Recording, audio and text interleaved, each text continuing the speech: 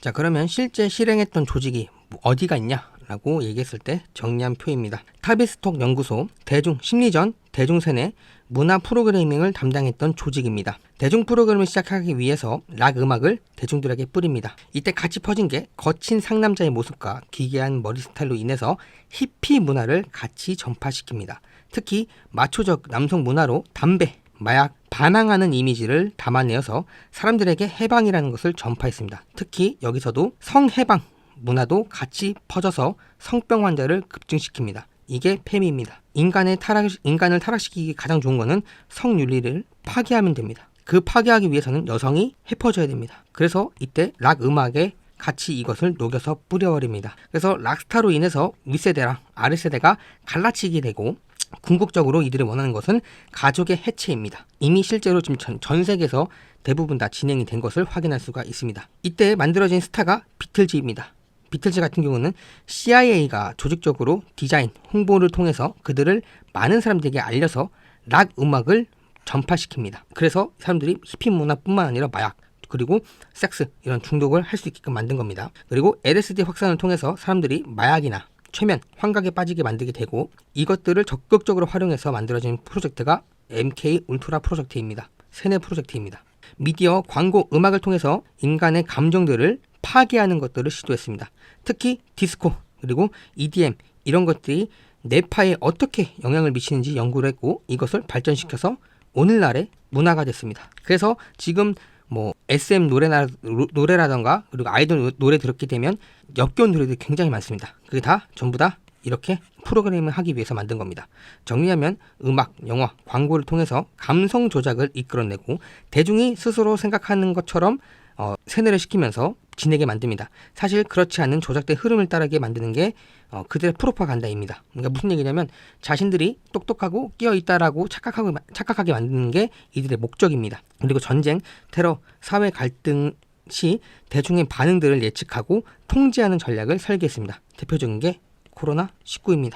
감정 범위를 축소시켜서 자극에만 반응하게 만드는 자극에만 반응하는 인간을 만들어 버렸습니다. 그래서 지금 대한민국 사람들이 이제 감정이 풍부하게 나오고 있고 그걸 표현할 수 있는 단어가 굉장히 많은데 짜증나, 화나, 존나, 혹은 짱나네 이런 식으로 감정을 축소시켜 버립니다. 그래서 고차원적인 사고를 못하게끔 고차원적인 감각을 느끼지 못하게끔 만드는 거 있습니다. 실제로 감정 표현은 엄청나게 다양한데 현대 10대들은 이렇게 화나, 씨발 이런 것들로 자신들의 감정을 퉁쳐버립니다. 그러니까 고차원적인 인간이 될 수 없다는 거죠. 자, 로마클럽은 환경과 인구 문제를 명분으로 세계 통제를 정당화하게 만드는 싱크탱크입니다. 성장의 한계라는 보고서를 1970년도에 발표를 해서 인구가 많아지게 되면 자원이 고갈됨으로 인해서 모두 다 죽게 되니 성장은 멈춰야 된다라는 그런 논리를 유포했습니다.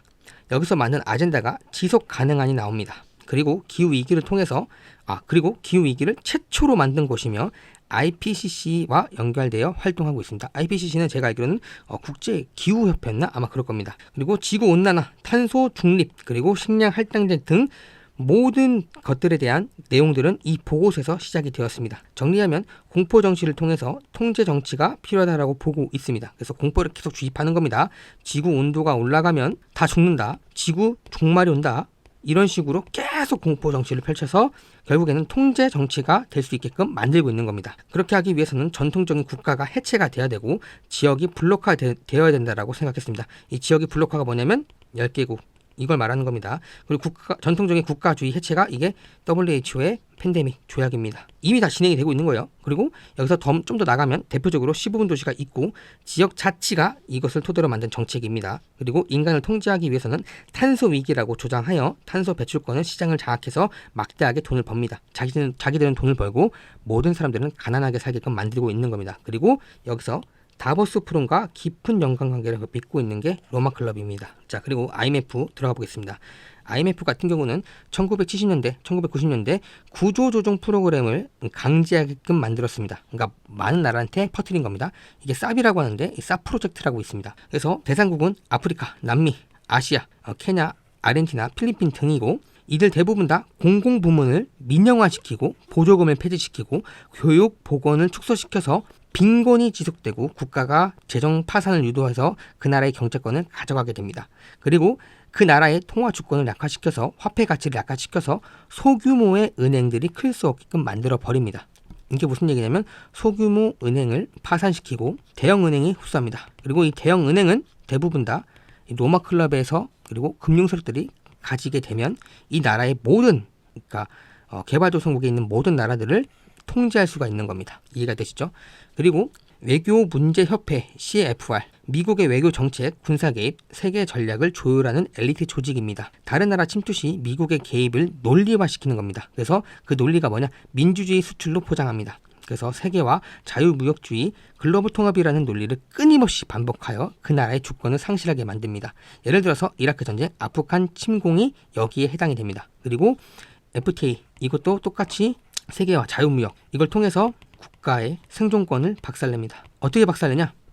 식량 안보. 그냥 우리가 부족한 거는 식량을 수입하게 되면 더 이상 이 나라에서는 식량을 재배하지 않겠죠. 그리고 식량을 끊어버리게 되면 이 나라는 존재할 수가 없습니다. 이런 식으로 계속 꾸준히 FTA 이런 것들을 주장하게끔 만든 겁니다. 그래서 그 나라의 주권을 계속 상실하게 만드는 거죠. WH, 그 다음에 가비, 유엔기관, 공중보건 인도주의 명분으로 모든 사람들의 생체 주권을 가져가려고 하고 있습니다. 우리가 겪었죠. 코로나19 때. 그리고 이 특허권이 있습니다. 코로나 주사를 맞은 경우는 그 미국 제약사 소유물이다. 이것도 법으로 이미 통과를 시켜놨습니다. 그래서 백신을 맞지 말라고 계속 말씀드린 겁니다. 그래서 백신 프로그램을 통해서 불임, 생신 능력 저하 이런 것들을 실험을 했고 현재는 HPV 백신을 각 나라의 여성에게 맞추게 하려고 합니다. 왜냐? 그래야지만 부작용으로 인구 감축 그리고 불임이 됩니다. 실제로 먼저 맞은 후진국에서는 이 부작용이 엄청나게 많이 보고가 되었습니다. 아프리카, 인도에서. 그리고 이들은 현재 코로나19 이후 디지털 백신 여권, 의료 빅데이터를 플랫폼화시키고 있습니다.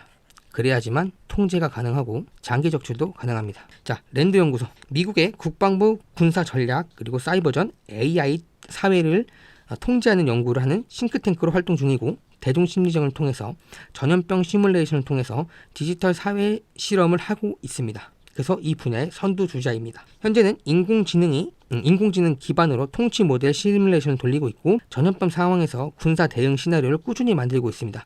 그리고 놓치면 안 되는 게 여기서 나온 게 제2의 한반도 전쟁의 보고서가 있습니다. 그리고 중국 대만 전쟁의 보고서가 있습니다. 어떻게 진행하면 좋을지에 대해서 마지막으로 사회를 분열시킬 수 있게 조작할 수 있는 인종, 젠더, 이념 갈등을 극대화시키는 미디어 전략을 만들어내고 있습니다. 그래서 여러분들이 지금 겪고 있는 겁니다.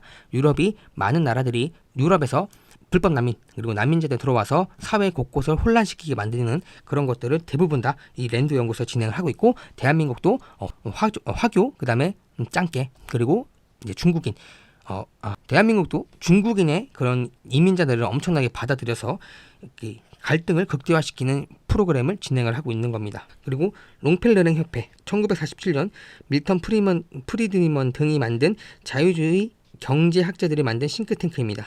자유시장주의, 작은 정부를 표방하지만 사실상 국가 해체를 이념으로 만든 조직입니다.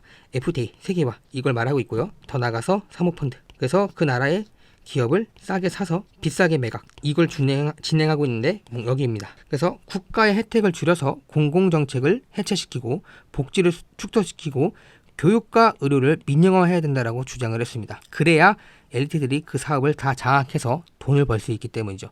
실제로 IMF, 세계은행이 이 정책을 받아들여야 된다라고 각 나라한테 진행을 했습니다. 우리나라도 초반에 들어갔습니다. 어떤 거? 교육. 잊지 마세요. 대한민국은 테스트 국가입니다. 자, 인적자원연구소, 미국 내 교육, 노동정책, 인사관리를 총괄하고 설계하는 싱크탱크입니다. 여기서 이게 나온 겁니다. 인간은 생산성의 기준으로 평가가 되어야 된다라고 이야기를 하며 생산성이 없는 인간들은 필요 없다라고 주장을 했습니다. 그래서 노인과 장애인 등 없애야 된다라고 주장했던 곳이 이곳입니다. 그래서 코로나 때 이 백신이 이 역할을 한 겁니다. 인간의 가치를 윤리, 영혼 등이 아닌 생산성과 기능성으로 보고 추후 AI, 디지털 시대에 필요한 사람인지 아닌지 구분짓는 체제를 지금 여기서 기본 틀을 제공했다라고 보시면 될 것 같습니다. 자, 여기서 보시게 되면 책에는 없는 내용이지만 현재 이 책에서 언급했던 대로 진행되고 있는 것들에 대해서 나열한 기관입니다.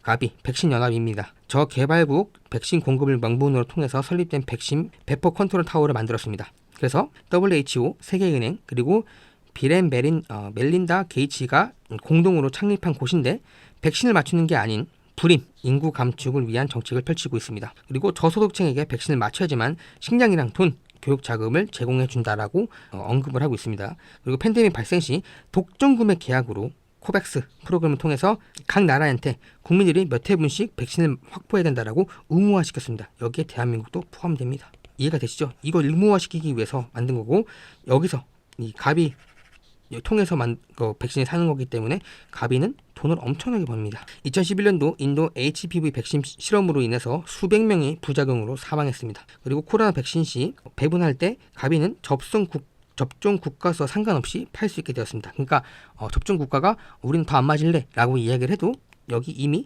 백신, 국민당 몇 회분 백신 이렇게 확보가 되어 있기 때문에 접종 국가수와 상관없이 계속 팔 수가 있는 거죠. 다른 나라도 팔 수 있고 접종하지 않는 나라도 인위적으로 팔 수 있게 만든 거고요. 그래서 화이자, 모더나 등 제약사 제품을 정부 예산으로 강제 구매하도록 유도를 했던 곳이 가비입니다. 그리고 백신 여권, 디지털 백신 아이디 다른 나라에서 강요를 하고 있고 우리나라도 좀 진행이 되고 있는 겁니다. 자, BIS 국제결제은행입니다. 중앙은행의 중앙은행이고 모든 나라의 중앙은행은 BIS의 정책에 따라야 됩니다. 1930년도 설립해서 스위스 바젤에 본부가 세워졌고 이 책에서는 세계 통화와 금리를 직접 통제하는 핵심 금융이라고 합니다. 그래서 IMF 세계은행이 각 중앙은행을 조율하고 있습니다. 그래서 2008년도 금융위기 이후 은행의 유동성을 BIS가 통제를 했고 이게 BIS의 바젤 규제라고 합니다. 소규모 은행을 탈락시켜가지고 대형 은행에게 집중하게끔 만들어서 이 대형 은행이 CBDC 중앙은행 디지털 화폐에 통합할 수 있게끔 로드맵을 만든 곳입니다. 이거 제가 말씀드렸어요. CBDC 관련된 영상에서. 현재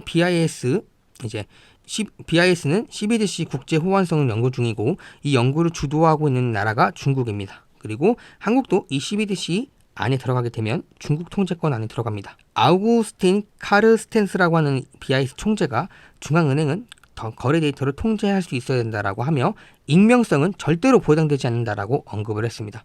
그래서 제가 CBDC를 계속 반대를 하고 있는 겁니다. 자, 300인의 위원회에서 언급된 핵심 은행 및 금융기관 리스트입니다. HSBC, 홍콩 상하이은행, 마약 자금 세탁 주요 창구로 언급이 됐습니다. 과거 아편 전쟁 시절 동인도 회사와 함께 영국 무역 및 금융통제 핵심 은행입니다. 그래서 현대금융에서 시스템적으로 그림자 금융 구조의 중심축으로 지목이 됐습니다. 그리고 버클레이 레이즈, 영국계 대형 은행으로 런던시티 금융 네트워크의 중핵입니다. BIS, IMF와 시스템적으로 긴밀하게 협조를 하고 있고요. 스탠다드 차타드, 홍콩, 인도, 동남아를 장악한 제국주의적 금융기관이고 마약 무역, 그리고 군사 몰류 지원 등 영국 식민지 네트워크와 연결됩니다. 그리고 UBS, 마약자금, 전쟁수익, 다국적 범죄자의 자금 저장소라고 생각하시면 될 것 같습니다. 그리고 BNP 파리바 같은 경우는 프랑스, 영국, 벨기에, 레바논 라인의 금융허브로 마약자금 세탁 연결된 의혹을 존재하고 있습니다. 그래서 이 저자가 보이지 않는 금융 흐름의 거점이라고 언급을 했습니다.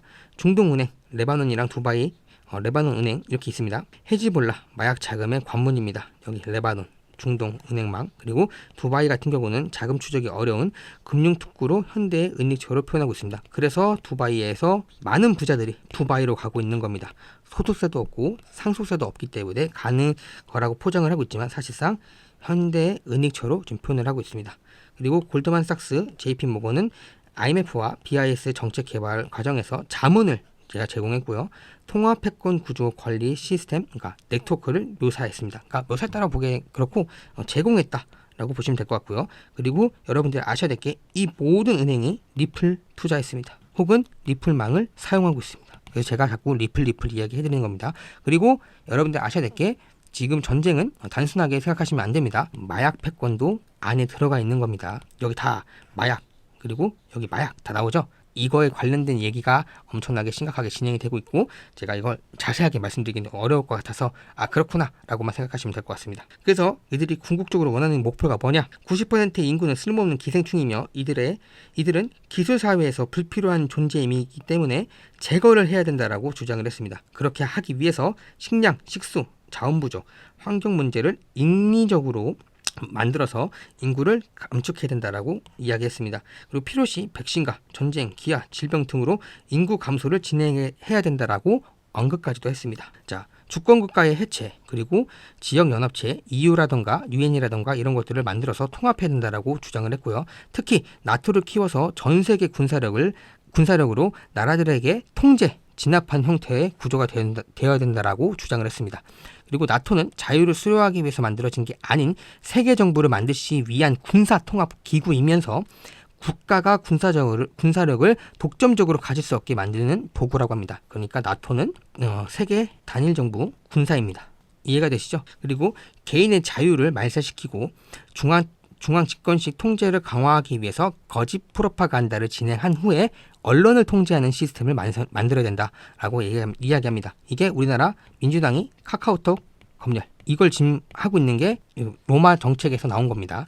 그리고 인구 감축 및 노동 인구를 통제해야 된다라고 주장했습니다. 그래서 일자리를 꾸준히 축소시키고 각 나라의 산업화를 박살내야 된다라고 주장을 했고요. 실제로 진행이 되고 있는 겁니다.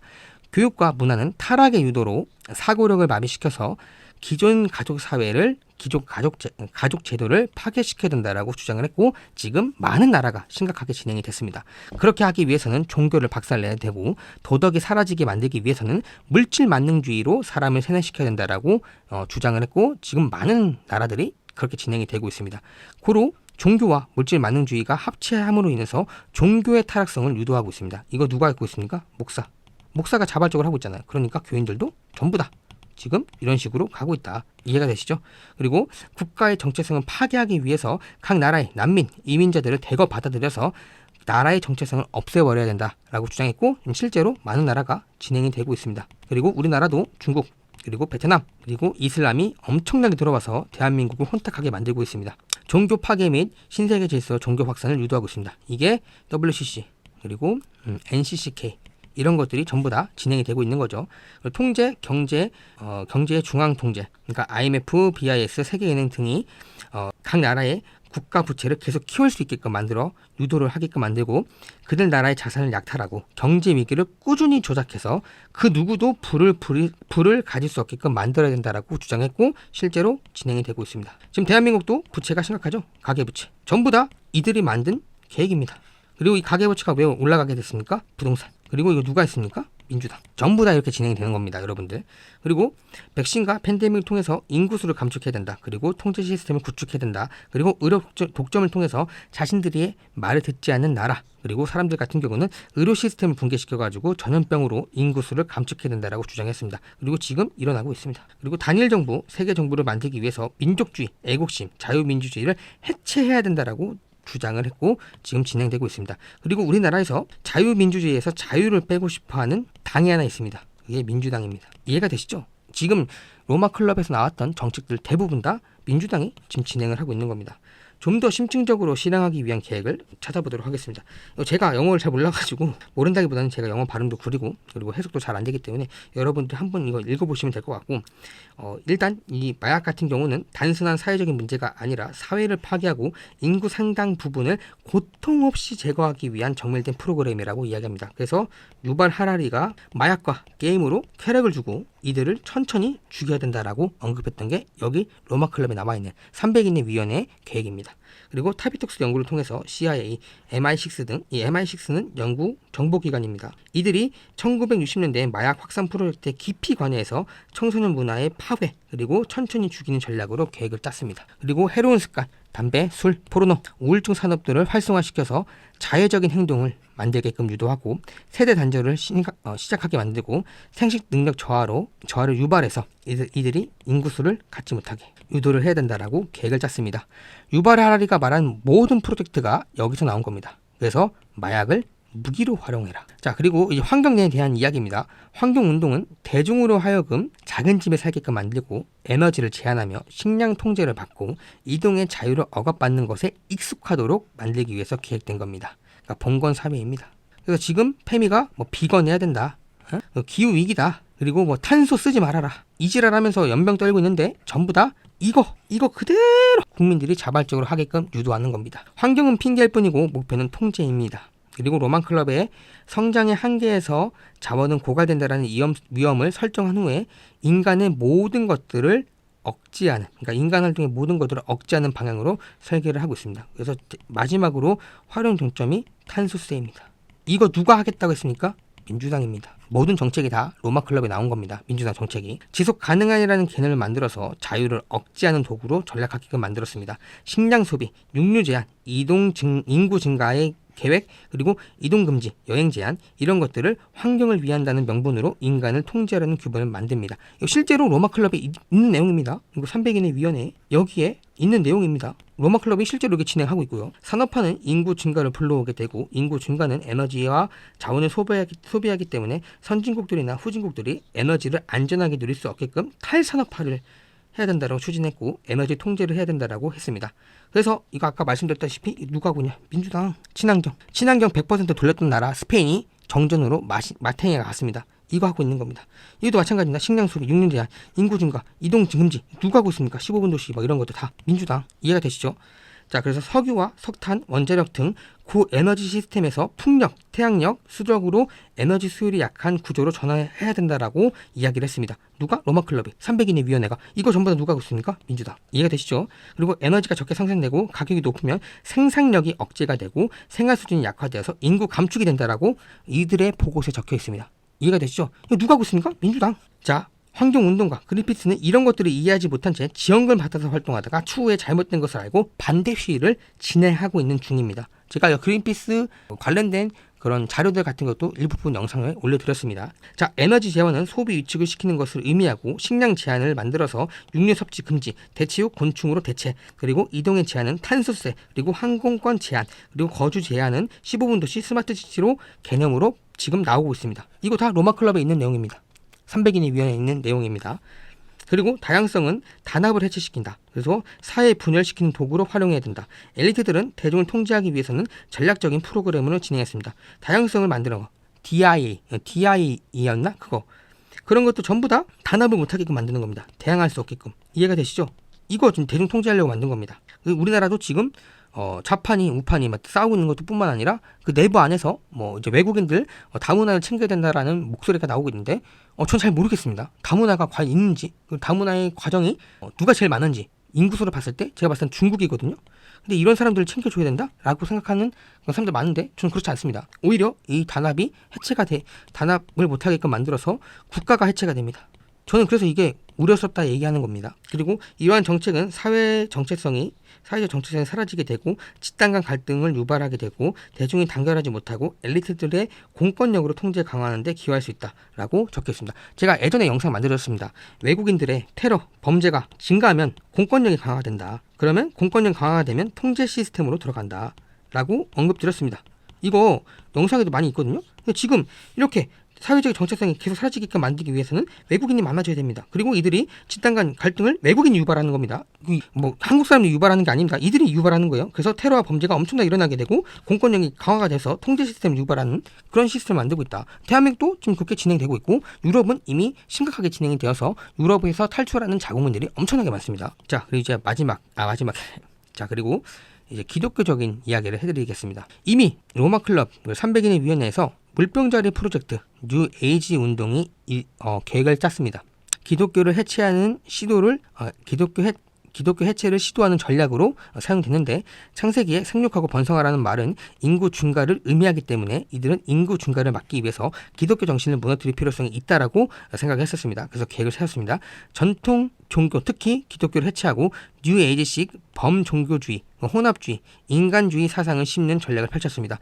기독교는 가장 강력한 사회적 통제 수단이며 동시에 가장 강한 저항성을 가지고 있는 종교이기 때문에 무조건적으로 해체를 해야 된다라고 이야기를 했습니다. 그래서 이것을 파괴하기 위해서는 영성이라는 말을 사용하게끔 해야 된다라고 주장했습니다. 그래서 자꾸 목사 새끼들이 영성 얘기하는데 제가 역겨워서 교회를 안 다니는 겁니다. 영성이란 말은 성경에 나와 있지 않습니다. 없는 얘기입니다. 이들이 만든 프로파간다입니다. 그래서 영성이라는 것은 명상과 같으며 명상은 스스로가 신이라는 행위까지 이어질 수 있습니다. 그래서 명상을 하지 말라라고 제가 계속 말씀드린 겁니다. 끝에는 허탈과 허망감이 들어서 마지막에는 무소유로 이어지게 되고 종국에는 그들이 그것을 원하는 세상을 도래했을 때 자본 축적을 못하게끔 만드는 전략입니다. 이해가 되시죠? 제가 이거 몇 번 말씀드렸어요. 영성, 명상 이런 것들 저는 좋게 보지 않는다. 왜냐? 결국에는 무소유로 이어지게 되고 중국에는 그들이 원하는 세상이 일어났을 때, 그러니까 그들이 사회 통제를 만들고 뭐 했을 때 이 자본을 축적하지 못하게끔 만들어서 대비가 안 됩니다. 그래서 제가 자꾸 이런 것들에 대해서 경계를 하라고 이야기해드리는 거예요. 그래서 어떻게 실제로 전략을 짰냐? 프리섹스 쾌락주의 확산을 주도했고, 특히 여성의 성을 해방시켜서 페미니즘을 통해서 여성의 가장 먼저 타락시키는 것을 진행했습니다. 여성은 감정적이기 때문에. 그리고 이성과 감성이 조화로운 인간이 아닌 본능만, 자극만 남는 인간관계로 유도를 진행했습니다. 그래서 뭐 나왔습니까? 원나잇. 이런 겁니다. 이런 거. 그리고 이것들을 미디어에 자주 노출시킵니다. 대표적인 게 섹스 앤 더 시티를 방영해서 여자들이 커리어 우먼으로 사는 로망을 심어주고 함께 프리섹스를 많이 즐길 수 있다라는 그런 환상을 엄청나게 심어놨습니다. 이거 엄청 심각한 거예요. 지금 여자들은 드라마랑 현실을 구분 못합니다.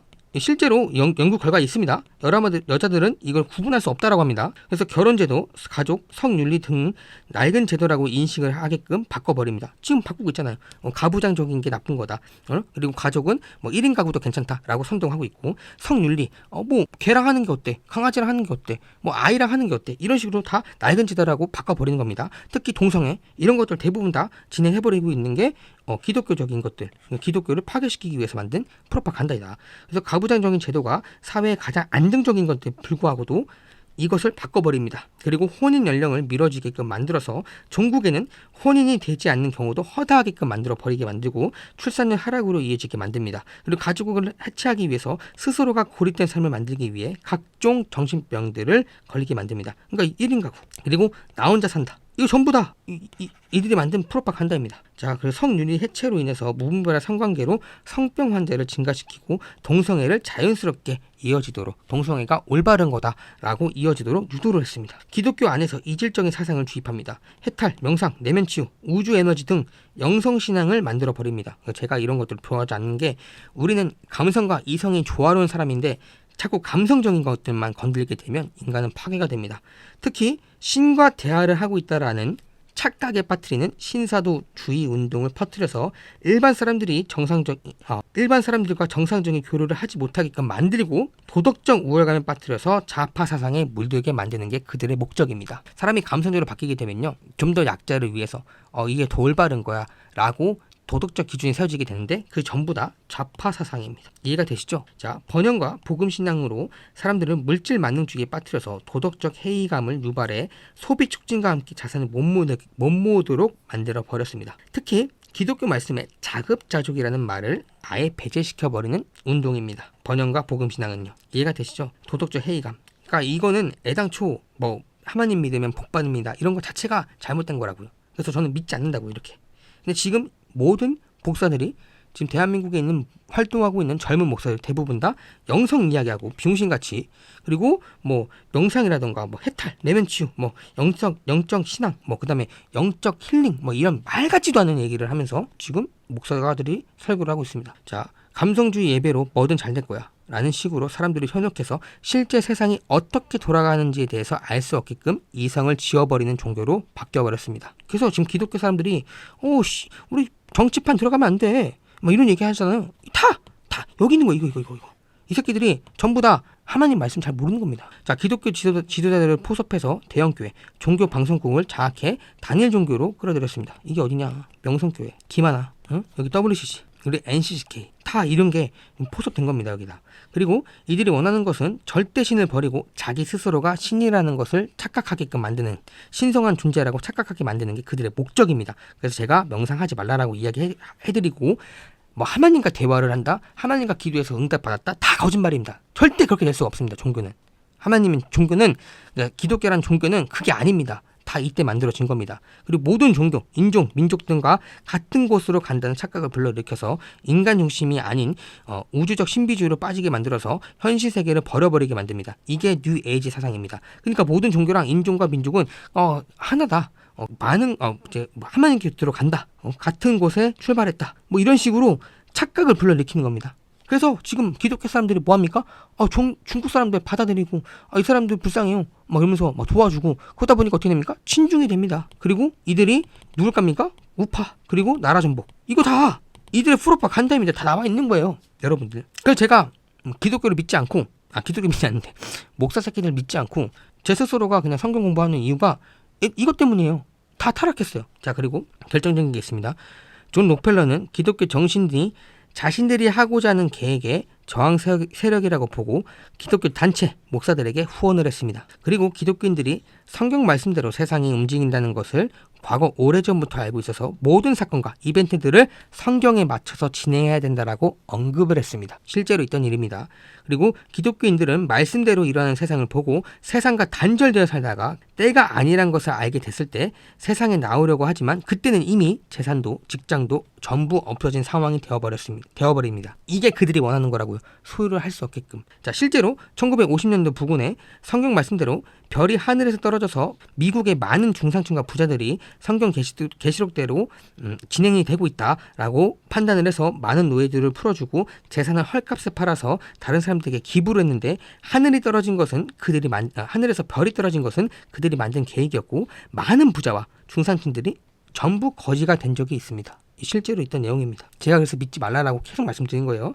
1920년대에도 1차 세계대전이 일어날 때 이 전쟁이 말세의 전쟁이라고 선동을 하고 다녀서 일부 부자와 중산층들이 피난을 가지 않고 자기 집에서 죽음을 맞이한 적도 있습니다. 그런데 이 전쟁이 말세의 전쟁이었나요? 아마겟돈 전쟁이었나요? 아니죠. 그냥 일어난 전쟁이죠. 이때 많은 중산층들과 부자들이 대부분 다 죽음을 맞이했습니다. 자, 한국에서 1990년대 대형교회에서 기복신앙, 감성주의 예배가 확산되었고 기독교에서 우주, 에너지, 영적 힐링, 말 같지도 않은 단어들을 가지고 설교하는 목사들이 대거 등장했습니다. WCC에 가입해야 된다는 목사부터 종교다원주의 노선을 수용하는 목사, 동성애까지 수용해야 된다는 목사까지 등장했습니다. 그러니까 이들이 여러분들을 얼마든지 세뇌를 시킬 수가 있습니다. 얼마든지.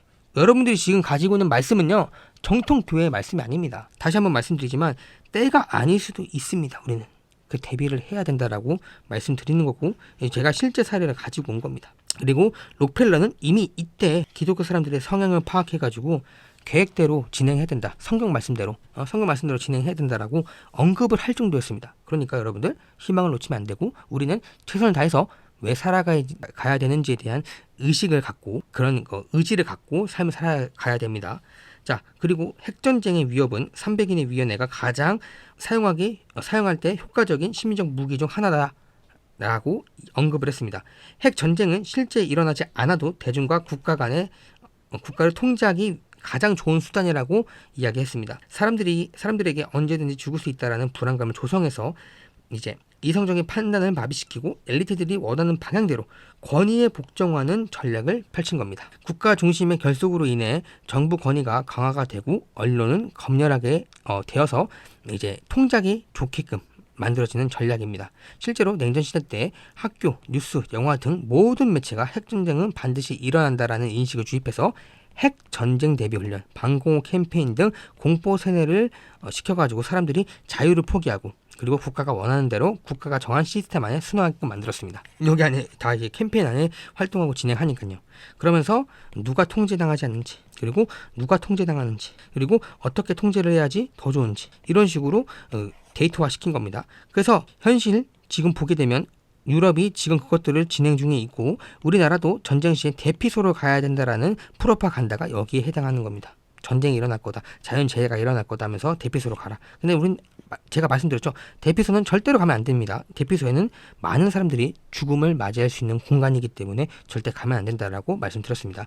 현재 전라도 지역에서 계속 전쟁, 자연재해 등 일어나게 되면 어떻게 해야 된다라고 선동하는 것도 여기에 포함됩니다. 그러니까 공포 정치를 하고 있는 거예요. 왜? 대중이 정상적인 사고를 할 수 없게끔. 그래서 전쟁이 안 일어나야 된다. 그럼 전쟁이 안 일어나게 하게끔 만들기 위해서는 뭐 해야 됩니까? 결국에는 이재명 같이 잘 지내면 된다. 이 프로파간다를 하기 위해서 이거 계속 만드는 거예요, 여러분들. 그러니까 여러분들 어떤 사건이 일어나고 어떤 사건이 만들어졌을 때 깊게 생각해 봐야 됩니다. 이게 그들의 전략인지 아닌지. 고로 핵 전쟁이 일어나지 않을 가능성이 매우 높으며 국가 언론에서 핵 이야기를 하는 것은 대중이 비판적인 사고의식을 상실하게끔 만들어서 정부 말에 동의하도록 만드는 게 그들의 전략입니다. 우리 합의해야 돼. 이런 식으로 합의해야 돼. 이런 식으로 정부 말에 동의하게끔 유도하는 겁니다. 자, 그리고 중산층은 국가한테 유일하게 저항하는 계층이기 때문에 없애라 라고 이야기를 했고, 중산층은 교육과 정부와 판단력을 갖춘 계층으로서 통제에 저항할 수 있으니까 부채, 세금, 규제로 붕괴해야 된다라고 언급을 했습니다. 이해가 되시죠? 이거 누가 하고 있습니까? 민주당이 하잖아요. 상법 개정부터 상속세, 증여세, 그 다음에 막 노랑보도법 이런 것도 전부 다 이거 하는 거예요. 이거 중산층 없애기 위해서 부채 만들고, 그다음에 집값 올리는 것도 부채, 세금 올리는 것도 부채, 다 이거 다 민주당이 하고 있는 거예요. 민주당 로마 클럽에서 하고 있는 정책들을 전부 다 얘네가 하고 있다. 이해가 되시죠? 그래서 결국에는 엘리트와 하층민의 양극화 구조를 만드는 게 그들의 핵심입니다. 그래서 지속적으로 관리하고 통제하기가 쉽다라고 이야기합니다. 이거 만약에 진행되면 민주당이 당선돼가지고 이런 것들 막 개정해가지고 진행되면 여기에 중산층이랑 부자들 남아있을까요? 다 떠나죠. 그럼 누가 남습니까? 하층민이랑 엘리트만 남습니다. 그러면 착취당하는 거예요. 이 구조입니다. 그리고 영국의 정보부 MI6랑 타비톡스 귀족정치 아카데미에서 기존 체제가 무너져야만 더 나은 질서가 도래한다라는 프로파간다를 계속 얘기했습니다. 그래서 언제부터 얘기했냐? WEF가 신세계 질서, 그 다음에 그레이트 리셋, 이런 얘기를 계속했던 겁니다. 그래서 현재 각 나라를 박살내는 정치인들 당에 있는데 이들은 전부 이것을 하기 위해서 진행하고 있는 꼭두각시입니다. 그러니까 이재명도 꼭두각시예요. 왜? 이 기존 체제가 무너져야 되기 때문에 독재를 해야 되거든요. 이해가 되세요? 민주당이랑 친중, 그 다음에 이재명은 전부 다 여기 아젠다, 이거 아젠다에 지금 부합해서 진행을 하고 있다. 그리고 인구 증가, 환경 위기 등은 피할 수 없는 미래라고 인식을 시켜서 사람들이 정부 정책에 순응하게끔 만들어야 된다라고 언급했습니다. 제가 그래서 자꾸 그 빙하기 오고 있다, 온난화 없다라고 이야기해드리는 거고, 가끔 가다가 병신 새끼들이 와가지고 온난화 막 있다, 그리고 네가 뭘 하냐 이렇게 언급한 애들이 있는데, 그런 언급한 애들이 이 정부 정책에 순응하게끔 된 겁니다. 선동당해서. 그러니까 자신들이 뭐가 뭔지도 모르는 사람들이 와가지고 선동당하는 거예요. 그래서 이거를 하게끔 이들이 수년 전부터, 수십 년 전부터 진행했다라고 보시면 될 것 같고, 엘리트들이 어떻게 얘기하냐? 개인들은 이것을 해결할 수가 없다. 그래서 엘리트들에게 모든 것들을 위임해야 된다라는 프로파간다를 계속 진행했습니다. 그래서 국가 그때 팬데믹 때 뭐라 했습니까? 백신 갖고 와라. 에? 언급하고 중국인들 막아라. 막 이런 얘기 했잖아요. 다 전부 다 이거 위임하는 거예요, 엘리트들한테. 이해가 되시죠? 그리고 이러한 프로파간다를 전 세계 대학, 정당, 국제기구한테 전파를 했습니다. 그래서 이 정당을 착실하게 진행하고 있는 당이 민주당입니다. 그래서 제가 민주당을 계속 가는 겁니다. 그리고 민주주의 연구센터가 있습니다. 민주주의의 한계를 강조하고 엘리트 통치가 필요하다라고 강조를 했습니다. 그래서 투표, 선거, 여론 등은 비합리적이고 비효율적이라는 논문을 확산시켜서 많은 사람들에게 정치인들이 세상을 움직이게 해야 된다라고 주장을 했습니다. 대표적인 게 내각제입니다. 그래서 우리나라가 내각제를 계속 이야기하는 겁니다. 왜? 대놓고 말하기는 어렵거든요. 자기들이 엘리트들인데 통치하기가 필요하다 강조할 수 없거든요. 그래서 내각제를 그냥 억지로 하는 겁니다. 그래야 정치인들이 국민들 눈치 안 보고 마음대로 할 수 있거든요. 이해가 되시죠? 자, 정보화 시대에서는 대중의 선택보다는 전문가들의 판단이 낫다고 생각하게 만들어야 된다라고 주장을 했고, 전문가들의 권위를 높여줘야 된다라고 했습니다. 그래서 우리나라가 겪은 게 뭡니까? 대표적으로 코로나. 전문가들이 나와서, 정치 전문가들이 나와서, 경제 전문가들이 나와서 자신들이 많이 아는 것처럼 얘기하면서 앞에 엄청나게 많은 쓰잘데기 없는 얘기를 합니다. 정작 들어보면 뭐지? 이 생각밖에 들지 않는 그런 전문가들을 양산시키고 그들에게 미디어에 노출시키는 겁니다.